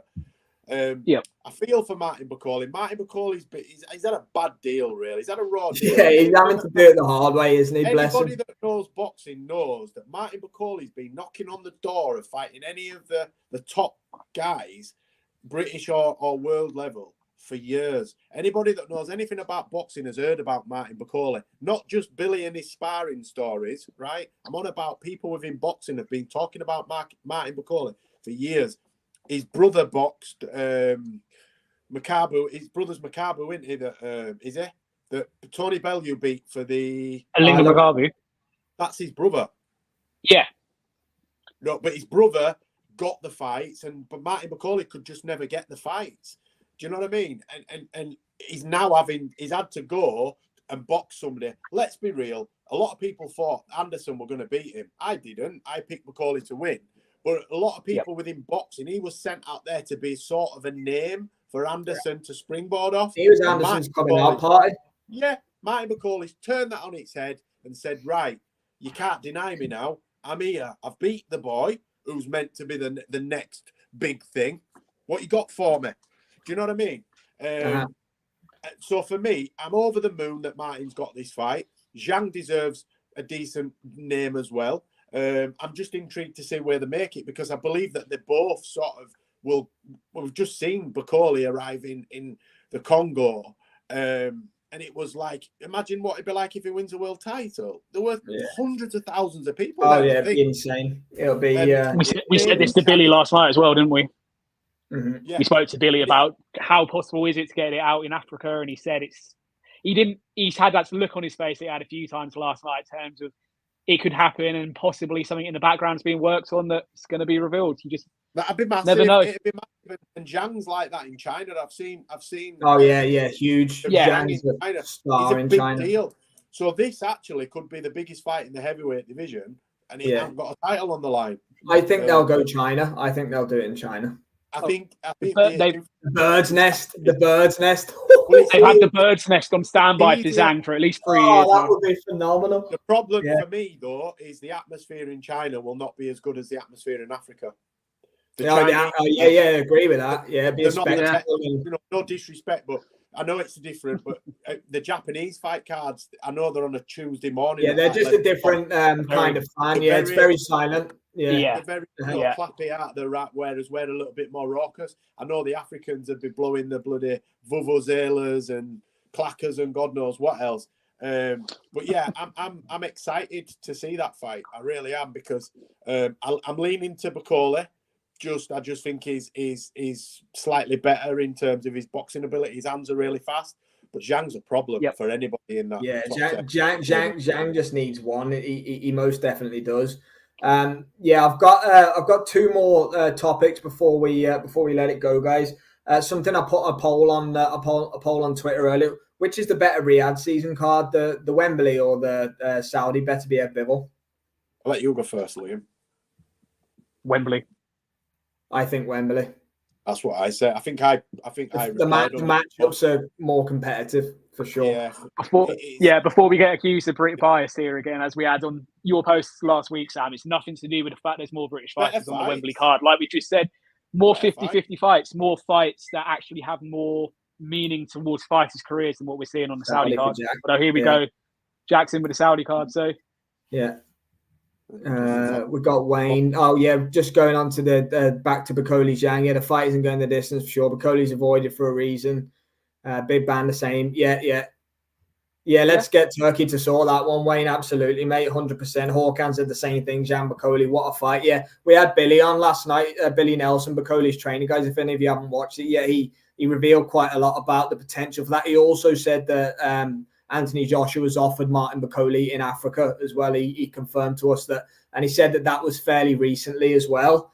When I asked him that, and a few things he said, obviously, Jay, you were watching and Liam, you were on, but he said with a bit of a smirk, a few things. So Billy's in the know. He knows a lot of what's going on. He really wants to tell you, but he knows that he can't. Yeah. It's you could tell last night that he had pretty much been guaranteed that the fight was happening. They were just working out the where. But he pretty much said that, the fight's happening and it's either going to be in China or Africa. And, how can you not be excited for that? Yeah, you can't not be. Bakole's been denied for too long just quickly. Something I said last night. Yesterday was 2 years on from him fighting Carlos Takam on the Usyk Joshua rematch card. 2 years he had that fight. After Takam, everyone thought, right, now he's going to get given the fights. Okay, global pandemic, a load of other situations. He's beat Jared Anderson. Now he's going to be the next American heavyweight. I still believe Jared Anderson will come again and be America's next top heavyweight. Without a doubt, he's got the talent to come again. Sugar Hill will have more time with him. First fight with Sugar Hill, he'll get used to the Kronk style. He'll be a better fighter. I said it last night, and I'm happy to repeat it again. If the top fighters keep avoiding Bakole now, then it's clear that they're running scared of what Bakole can do to them, as opposed to he's actually knocked them all out, where it's forward. He's beat them all in sparring, and he's knocked every single one of them out, allegedly. That's right. Yeah, I'm only joking. I believe you, mate. And the excuse of, he hasn't fought anyone, he hasn't got a profile. Well, that doesn't wash anymore. He's just fought on one of the biggest boxing cards of all time in LA, courtesy of Uncle Turkey. There's no excuse there anymore. Yeah, I'm not a big fan of British title fights. If Martin hasn't called him out, because he's not really the biggest talker on social media, Billy has. Billy has. Yeah, most definitely. I agree with Jack. I don't like. Don't like British title fights in Saudi, Jack. I'm not a big fan of it whatsoever. I don't get the point in that. We'll carry on for just a little bit longer, guys. The last topic of the night. We'll let the 8 people who are with us get some rest. Appreciate it. We've had quite a lot of you on with us from the very start, so really appreciate that, guys. I'll do a few more comments before I go on to the last sparring champion. He is. Sparring champion. I love you. Bakole Wanchan, guys. Mine smoked in real good. Big up Billy Nelson. Yeah, absolutely, Jam. Big up Billy. And I agree with that. Martin Smotes and quick Wembley card great for UK fans, but I think yeah, I agree with that, Håkan. Yeah, the Bivol Beterbiev card is definitely the main event for me is better in Bivol Beterbiev than Joshua Dubois. Yeah. The problem with the Bivol Beterbiev card for me is some of the fights are wide. I know I'm British and I have British bias, but if I'm looking at it from a boxing fan's perspective, I'll get more enjoyment watching a card that has 50-50 fights on it because we don't know the outcomes. Whereas the Saudi card, we can pretty much tell you who's going to win. The only close fights with the bookmakers on the Saudi card are Wardley Clark 2 and the main event. The rest of them, the bookmakers have heavy favourites. You posted something earlier, didn't you, on X? I think Chris Eubanks 33-1 on. Yeah. Whitaker's 18s on upper tires, the 20s aren't. Yeah, they are heavy. No value there. And whereas the Wembley card, they're all sort of 64. You know. Yeah, they are, mate. Yeah, they're kind of pick'ems on the Wembley card, aren't they? Yeah. That's what I want to watch, and that's what real boxing fans want to watch. They don't want to watch tin cans and knockovers, and that's no disrespect to any of the opponents. I'm not a fighter. I boxed once and got my ass handed to me and got stopped. So I know how hard it is, and I'm not dismissing what they do. But as a fan, we're looking at it from a fan. I want to see real 50-50 fights, and we don't get enough of them. So the fact that they're willing to put a lot of them on one card, because let's be real, most of those fights could top British cards. They could top cards over here. Yeah, there's main events, isn't there, for absolute sure. Yeah, Jack, you're more than welcome on absolutely any time, my friend. Thank you very much for absolutely, mate. For stopping by. Jam's made a really good point here because I've been told the same thing. Jam, I've put a few posts out and polls out, getting the feelers for the card, and Jam was in a space last night, was being trashed about the undercard. I assume you're talking about the Wembley card, Jam, because a lot of the Americans are really not keen at all on the Wembley card whatsoever. So yeah, Jam's got I'll say this to that comment. How many times have we sat through an American pay-per-view for a big Canelo fight or anything like that where the undercard has been absolutely trashed and we've been sitting there till 3-4 in the morning? In contrast to a lot of those cards, there's nothing to complain about with the Wembley undercards. The amount of times we've had to sit through trash undercards just through one big fight from America, I can't agree with that statement at all. Nearly every other card in America has prospects against Mexican road sweepers that are 13-47 and 6 no contests, and we're expected to, that it's a good card. I don't care what anyone says, wherever you're from. If you're a boxing fan, irrespective of where you're from, that is a red hot card. Fantastic card. Yeah. Red hot. 100%. Yes, Jam. 100%. I've had my front 2 teeth knocked out as well, brother. Not in a bare knuckle fight. No, we had gloves on, but yeah, it's tough, man. It's tough. I wasn't kidding. My brother was a fighter. He was a proper boxer that did the training. I liked everybody to know I was a boxer, but I wasn't training right. I wasn't eating right. I was partying, and I came up short. But I learned a lot from being involved, and to get a small taste of what it actually takes to be committed. Yeah, I'm not that guy. It takes 100%. A lot. You've got to be very, very dedicated. Yeah. There's Jack as well. Jack's had his 2 chips in sparring last week, so we know the risks involved with the fight game, guys. Absolutely. It's 5-9 here in the UK. If anyone's joining us not from the UK. We've got one more. We'll go 5 more minutes till 9 o'clock. Floyd Mayweather versus John Gotti III is happening on Saturday. Sorry, give me your thoughts, guys. Well, I'm sad. I'm sad about it. I don't like Floyd Mayweather. Is one of the greatest of his generation. For me, he's up there for sort of his era in terms of what he did for boxing. What he achieved. I don't know whether he needs the money. Now at this point, I know he's Floyd Money Mayweather, but he spends a lot of money, and it doesn't last. We've seen footballers that haven't had that much money, but we've seen American football players blast 70, 80, 90, $100 million. Why? It saddens me that he's taking exhibition fights against gangsters' grandsons for money, because that's ultimately all he's doing it for, money. I don't know who's bankrolling it because nobody wanted to see it the first time. No one wants to see any of these fights. He's fighting the lad on 40 Shaw and everything. I'll not watch. I'll watch the YouTube highlights and I'll type Floyd Mayweather when I wake up on Sunday morning. But I'm not staying up or buying that. It's not. It's tarnishing in his legacy for me because if he goes on much longer and gets clipped. I mean, he went how many rounds? He went the distance with Logan Paul, for goodness sake. Now, I know Logan's significantly bigger than him, but come on. I know. Yeah, he needs the money. Jam, you're absolutely right. He needs the dough. His skin. 47. Yeah. Well, yeah, I can't disagree. With Fighter of his generation, isn't he? It's just sad for me. I don't like to see him going out like this. Yeah, he was, Jam. Yeah, you're right. Yeah. It couldn't leave Dubai, was it? Yeah, Dubai, that was it. Yeah, it was. Damn, it's bad. Rising the exhibition. Yeah. Do it against some boxers, yeah. Victor Ortiz would be a scrap. Yeah. Everything he's doing in these exhibitions. Yeah. Everything he's doing in these exhibitions, he's handpicking people, isn't he? As much as I hate these kind of fights, if Floyd wants to box me in Mexico, I'm more than willing to glove up, mate. I'll fight you tomorrow for half as much as paying Gotti. Let me tell you, Uncle Turk, I'll fight any of them. Put me on. Give me 8 weeks, I'll fight anyone. I'm joking. I struggle to fight sleep. Jack's got an 80-20 split on the Mayweather fight in Dublin. Yeah, big up Jack. Money, absolute box in the UAE. Yeah, you don't want to mess about there, Jam. Absolutely. No. And got Kerman Baton on the other. Jamel Morton. He is an absolute savage. That kid will go far. He's very similar to Tank. Really explosive, short, powerful. Yeah, I'm interested to see how far that kid goes. Morton is potentially a problem.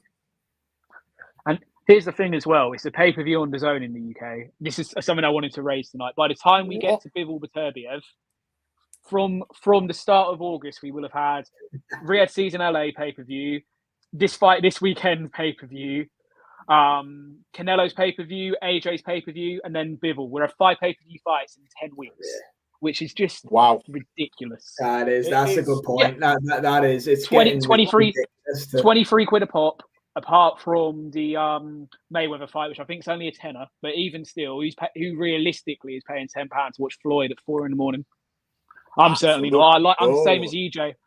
I will watch the highlights, and that is it. I will not be paying any attention to anything else to do with it. Yeah. It's a lot of money. People are struggling at the minute, and I don't mean this patronising people. No, it is, yeah. But it's a lot of money. I mean, I'm a hardcore boxing fan, but there are times when I question, paying for pay-per-views and when I see the quality of cards. Absolutely, I still do it, but I don't just. Life's expensive. It's very expensive. Yeah. You know what I mean? I'm with you, Jam. Jam's with me. Listen, you'll be in my corner. Don't worry about it, mate. I've got. You got the spit bucket. Jam's got the spit bucket. You can carry $90 in the US. Yeah, I mean, come on, it's. I mean, at least our pay-per-views are it's tough out there. You can understand why people use them dodgy. I wouldn't know anything about them, mate. I pay 120 quid a month for my TV. Honest. I need the 80 split to get the tea sorted. Listen, I'll treat us to a turkey trip. I'll come back with Firmino's tea. Yeah, we've had a lot of tea conversation on here tonight, haven't we? The first fight, Kenny Bayless stopped it for too much shouting or talking in the ring, or whatever it was. Then chaos ensued afterwards. Yeah, that's how they've sold the rematch, because the first fight ended. Kenny Bayless didn't want to see any more talking in the ring. It's been jovial since. I watched the face-off for the opening press conference, and they shook hands, and it all looks good. I'd say pay-per-view sales early and ticket sales have been absolutely abysmal. It's in Mexico City. I have no idea why it's in Mexico City. Can I ask this question? Sorry to cut you, Sam. No, you're right. Anybody who's backing it? Who's paying for this? Yeah, I know who's paying. Yeah, are the Gottis funneling their money through it? Is it a lot? Is it a money lot? No, because who the heck wants to pay millions to watch this fight? Because it's not going to sell many pay-per-views, surely. No, it's doing no pay-per-views at all. Like that's what I'm saying. Like I guarantee you, just watch out for it and bookmark this later on in the week. There's going to be chaos at the final press conference this week. There's going to be chaos at the weigh-ins this week. They're going to absolutely try and sell the life out of this fight because it's going to have done absolutely shocking numbers. There's no way in hell that anyone's buying it. Yeah, Jam, 38 quid for Sky, 20 quid for DAZN. The rest, live streaming. TNT Sports is incredibly expensive. I have one myself. Listen, I'm one of those guys. I pay $120 a month for Sky. I pay 80 quid a month for BT. I've got my DAZN. I'm at 250 quid a month just to watch fights. It's ridiculous. Yeah, it's mental. It's mental. And then you add in the amount of pay-per-view. I've only got BT for the odd card because I can get it through Discovery Plus, but then you've got your UFC, MMA, and stuff like that. It's ridiculous now. They're just putting more paywalls. Yeah, I do see why people get the dodgy sticks. That's 20 quid for DAZN. That 20 quid for DAZN isn't including pay-per-view. So think in September you're paying your 20 quid subscription, and then you're paying, if you want to, for both Canelo and the Wembley card on pay-per-view. Pay-per-view's dead. Pay-per-view's dead, Eddie said. Yeah, that's what he said, and then he's sticking 2 or 3 on a year. The worst thing is, I signed up with the original lot for £1 a month or whatever it was. They promised us we'd get the discounts, and it just went boom, boom, boom, boom, boom, and everyone's paying the same. Mate, I was on that hype as you. I was paying the £1, and this month my bill went to $14.99 for the first month from $9.99. Which when I noticed it the other day, I was like, hold on a minute, it's just. And then I paid for all. It's mental, mate. They need the model of pay-per-views begins. Eddie's got a lot to answer for in that one. Yeah, Hawkan, going for the Wembley and Riyadh cards, but not in the US. Yeah, to be honest with you, like what you've got Canelo is the US the big US pay-per-view coming up, isn't it? But there's not too much else going on. That's why DAZN pissed me off. It started to get rid of pay-per-view. Yeah, here we are paying. Yeah, exactly. Jam, you're right. It's pay-per-view was dead, and then he said $199. Jay, so that's what it was, wasn't it? Do you know when that was? It was Canelo against Saunders. I remember it against Billy Joe. It was this big. I signed up the day they announced it, and they said, if you sign up now, you'll only get incremental increases, maybe with inflation. Within 6 months, it were $9.99. It stayed at that for a while, and then, like Liam said, they slowly crept it up. And I think mine went up to, I think I pay 20 quid a month or whatever it is now. I don't know. It's on my Apple bill, so I don't really see it. But it the $199 was earlier than this. The $199 was at the start of 2021, at the end of 2020 for Canelo against Callum Smith, and then for Ryan Garcia against Luke Campbell. That's when it was $199. This 2020, 2021. Like you guys might be too young to remember Box Nation, but Uncle Frank brought. No, I remember Box Nation. Yeah, I remember Box Nation. I think it was $5.99 a month, and then they just stopped taking the direct debits, but let you keep. But it just continually, it just kept going, and I think they've just had they're about having a revamp, a rebrand of Box they've got the YouTube channel going again with Umar from used to be with IFL, but he's with IFL Umar. It's a lot of money, man. It's a lot of money, and people are struggling as it is. My missus kills me when Bill comes, but got to watch the fights. You have to, 25. Jab, it was paying 25. You're right, and Box Nation was tight. It used to have, like, do you remember the Russian cards that used to be on? They used to have like all of the. Used to have quality. Or you'd have Prince Nassim on at 3:00 on a. Yes, that's right. Yeah, and they had Barry Jones. Yeah, you'd have Barry Jones, or you'd just have really random fights. Like you'd come home from work and put telly on, and it'd be Barry McGuigan fighting some Panamanian, or it was all the archive fights. But it's hard to justify now all these different paywalls. It's really expensive. Yeah, Jam, that $9.99 a month offer's gone up to $14.99 for this month. That's what's happened to my bill. So the $9.99 a month's become $14.99 because I decided to go up front for a year to save the money, and now it's gone up to $14. So it's ridiculous. How much is the annual package for it? I can't even. I do mine all monthly. I do mine monthly, so not clear. Yeah, there's one from Jaffet, Miss Ringside on Sky. They used to be Adam Smith and Johnny Nelson. Do you remember the Groves and DeGale one? That was, and then they had Khan and Brooke. Yeah, Ringside was great. No, they had David A and Tyson Fury as well. Yes. The one before the first Froch Groves fight where he George. Brilliant. Yeah, fantastic. It really was. Yeah. Chris Algerian Provodnikov. What Yeah, a Algerian fight. won that one. Provodnikov. Wow, Yeah, what a yeah. fight. Algerian won on points, didn't he? But Ruslan Provodnikov. Do you remember Lucas Matisse as well? Woo! Yes. Them two fought. Geez, that was that they were. Bullet. Yeah. Ruslan Provodnikov was a problem. That's a good Box shout. Nation was chaos, wasn't it? You'd have Steve Bunce Yeah. not having a clue what's going on in the studio, getting fights thrown all over the place. It's just chaos. It's fantastic. It was. Yeah, It was a way of getting fights we wouldn't see otherwise. Yeah, I'll have to look in Hawkan how much the actual annual one is, because mine are all. I think it's something like 120 quid if you buy it in one lump. As it works out about at 10, 11 quid a month. Yeah, we need the contender. Now we're rolling it back, Jabs. Wow. Yeah, so Paul Smith was in that. Paul Smith was in the original. Yeah, he was. Yeah, he was, definitely. And his son boxes now, and he were a newborn baby when he was in that. Smigger. Yeah. There you go. Froch Calzaghe were on there as well. Jack says, yeah, there were. Definitely. I remember that as well. The fight that got away.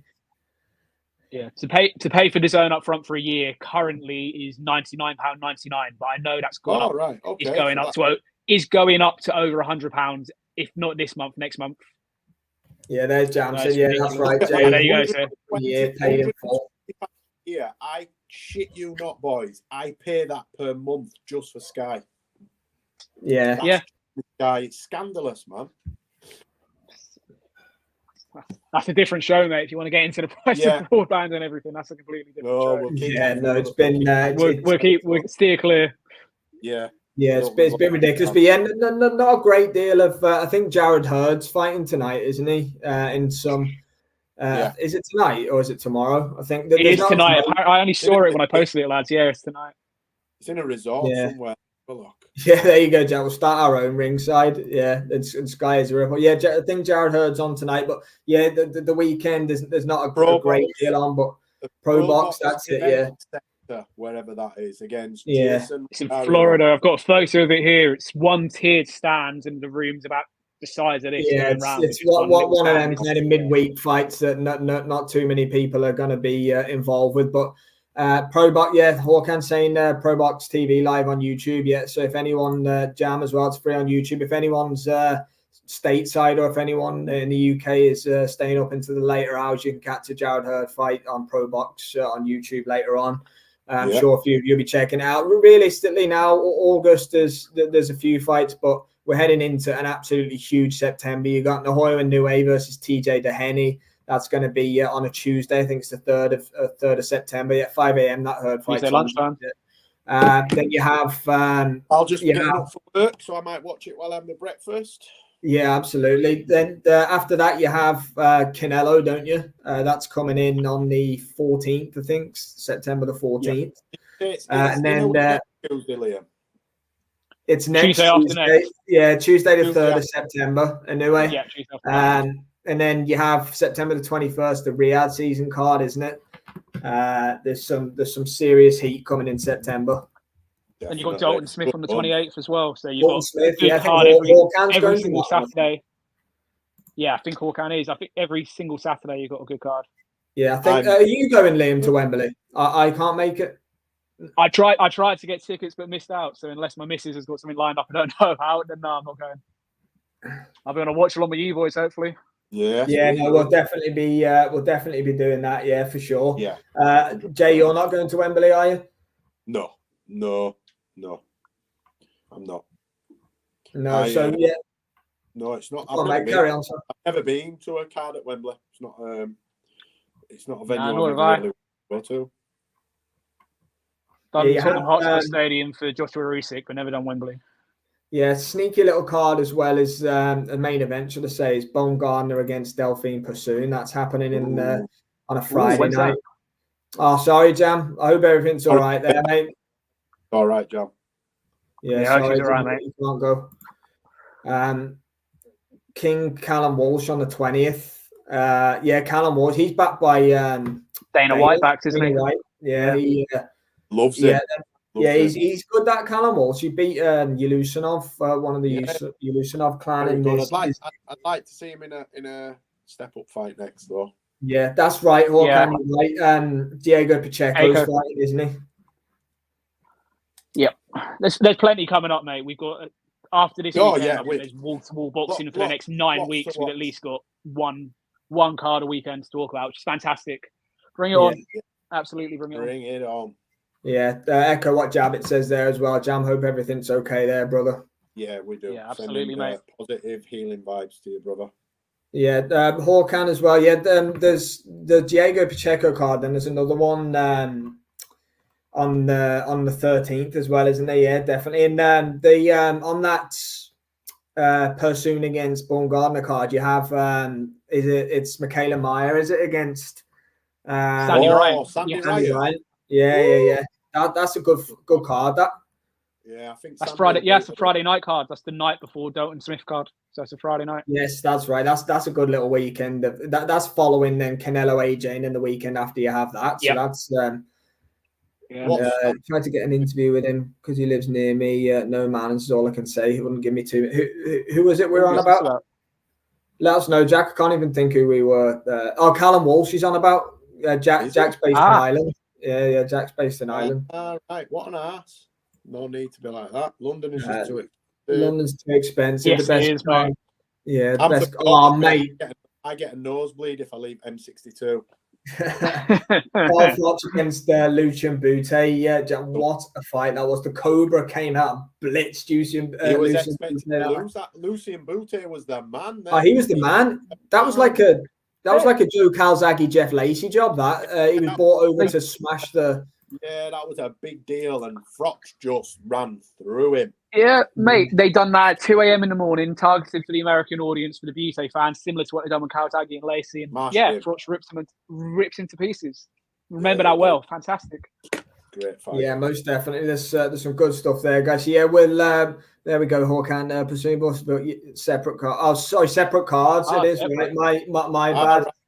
That makes sense. Yeah, I didn't think that they would. Ryan May is a top rank card at the theatre of the MSG. Okay, well that's very interesting that they're going head to head on a Friday night. Is Percy and Baumgardner in Europe? Is Percy and Baumgardner in Europe? That's the only thing I can think. That's the only way. No, they're both. One's in Atalanta, so Baumgardner against Persoon is in Atalanta, and Ryan against Michaela Myers in probably in the Hulu at Madison Square Garden, probably be in the small theater at Madison Square. It's at MSG, but won't be in the big one. It'll be in the little MSG. But then you have Charlie Edwards is on that night as well, and in the UK. But then you look on the Saturday, you've got Dalton Smith, but there's no US boxing on the Saturday, so you would have thought one of them maybe would have took the Saturday night slot, and then you got Nick Ball against Ronnie Rios too, coming up after that. Yeah, Cobra's a legend. His YouTube channel's brilliant. If you haven't watched Froch on Fight, he's a real one. My wife's first boxer was Ricky, the 2022. She fell in love with the sport. Yeah, Ricky Barrera, wasn't it, Jam? You were just saying, yeah, I remember that. His little exhibition fight, yeah. Barrera, yeah, fair play. That was brilliant. That. Delphine, many people thought she beat KT that night. I think she did, yeah. She did in the first fight. Yeah, the little I think it's called the Hulu, isn't it? All kind of little theatre MSG. Yeah, that's absolutely fantastic. But yeah, we've been on a long time now. I didn't anticipate us going on this long. Wow. To be fair, we've had a really good crowd and been really interactive with everybody. Actually, blown away by the fact everyone stuck with us for this long, guys. So genuinely. Really, really appreciate it. We've been chatting for a while, myself, Jay, and Liam, about kind of getting something going. But, we didn't anticipate we'd have, this many people with us all the way, guys. So, we're really appreciative. We interact with all of you all day, every day. We want you guys to come on as well. We definitely don't just want to have it us three. We want as many people to come on as we can. We're going to go either 7:30-ish on a Wednesday evening, whatever. Kind of fits the schedule. It'll always be a Wednesday. That seems to be the day for us, and we'll catch everybody else's stuff. Subscribe to Absolute Boxing. Jam's Boxing Chat. Follow Hawkan. Jabbit. Everybody who's come through so far for the show. Really appreciate it, guys. Jack, thank you very much for stopping by, mate. That was thanks, lads. That was very good. Tash picked up a world title. Yeah, it was. Yeah, great night. Jam. Yeah. Thank you, Jam, for coming by, mate. Really appreciate that. One of the best channels boxing channels on YouTube, Boxing Media Hub, Jam and Joel, what they do there with their predictions, their watch-alongs, everything like that. So, yeah, really appreciate you giving up some time, Jam, for swinging by there, mate. Very good of you. But yeah, anything else to add, guys?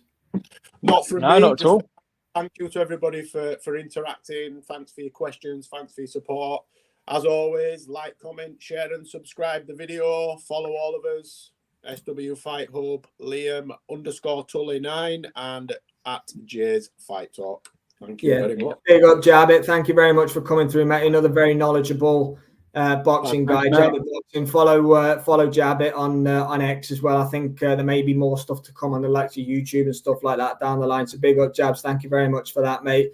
Don't forget to follow the guys on X at Jay's Fight Talk. It's at Liam Tully _9. Is it, Liam? That's the handle. Liam _Tully 9. Liam _Tully 9. Is it? Yeah, great. And then at Jay's Fight Talk. Remember, Jay's got the YouTube channel going as well now. Plenty of good content on there. He's got some good interviews lined up and stuff like that, haven't you, mate, for down the line? Yeah, I've some pretty decent names.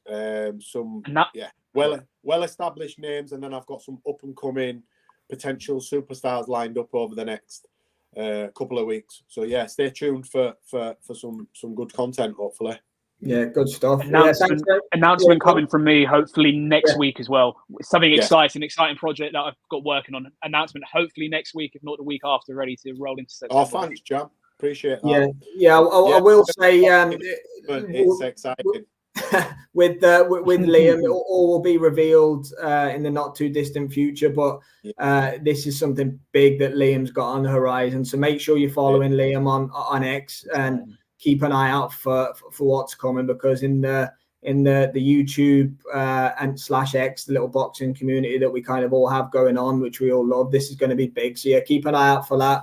Keep an eye out for Liam there, and looking forward to it. And Jack said that he's followed every one of you on X as well, guys. So make sure you give him a follow back. Jams, quickly ask before we wrap up, Liam. Liam, you don't currently have a YouTube channel, do you? Possibly in the future. It's coming. Yeah, he definitely is a knowledgeable boxing guy, Jam. So for sure that YouTube channel. Appreciate it. Thank you, Jam. For Liam Tully's going to be coming. But that'll do it, guys. That was episode 1 of the No Punches Pulled. I would say podcast, but it's more just a kind of live stream, I guess, isn't it? But yeah, the three of us could have probably talked for this long without everybody, but just to have everybody coming in, swinging by and getting involved. Hopefully to get this kind of interaction every week. Big up Turkey for giving us all the talking points for tonight. And we'll catch up with all of you this time next week for the same again. Cheers, Jay. Cheers, Liam, for coming on. Guys, cheers. Thank you very much, guys. Really appreciate it. We'll catch you next time, guys. Cheers.